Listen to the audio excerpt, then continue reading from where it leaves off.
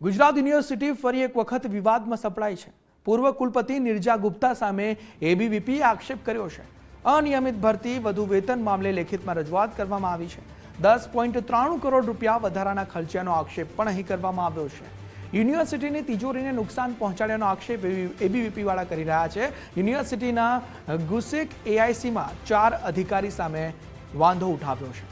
વહીવટ વિભાગમાં engineer chief એકાઉન્ટ્સની ભરતી સામે વાંધો ઉઠાવ્યો છે। ફાયર અને લીગલ ઓફિસરની ભરતી સામે વાંધો ઉઠાવ્યો છે। તો સત્તાનો દુરુપયોગ કરી પૂર્વ કુલપતિએ કરોડોનું પાણી કર્યું તેવો આક્ષેપ અહીં થઈ રહ્યો છે અને હંગામી કર્મચારીઓને કાઢી વધુ પગારે માનીતા કર્મચારી રાખવામાં આવ્યા। પતિ સાથે કામ કરતા કર્મચારીઓને 6 ગણા વધુ પગારે રાખવામાં આવ્યા। યુનિવર્સિટી દ્વારા તપાસ કમિટીની રચના કરવામાં આવી છે। એક કર્મચારીને 45,000ની જગ્યાએ 2.5 લાખ રૂપિયા પગાર ચૂકવાયો।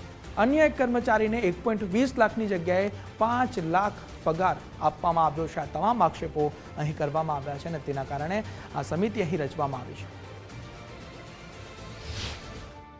ક્યાંક ને ક્યાંક આ જે પૂર્વ વાઇસ ચાન્સેલર હતા એ એમના યુનિવર્સિટીના વિદ્યાર્થીઓના પૈસાનો ક્યાંક ને ક્યાંક દુરુપયોગ કરીને જે ડાયરેક્ટરો છે એમાં લાહણી કરતા નજરે જોવા મળ્યા છે। ઘણા બધા ડાયરેક્ટરોની ગેરકાયદેસર ભરતી કરવામાં આવી છે।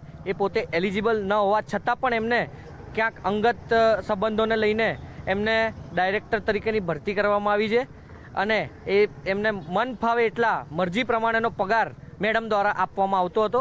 આપણને ધ્યાનમાં જ છે કે જે કેએસ ડિપાર્ટમેન્ટ છે એના ડાયરેક્ટરની ભરતી પણ એ રીતે જ કરવામાં આવી હતી। બીજું જે જીયુ શેખ છે એમના ડાયરેક્ટરની ભરતી પણ એવી રીતે જ કરવામાં આવી હતી।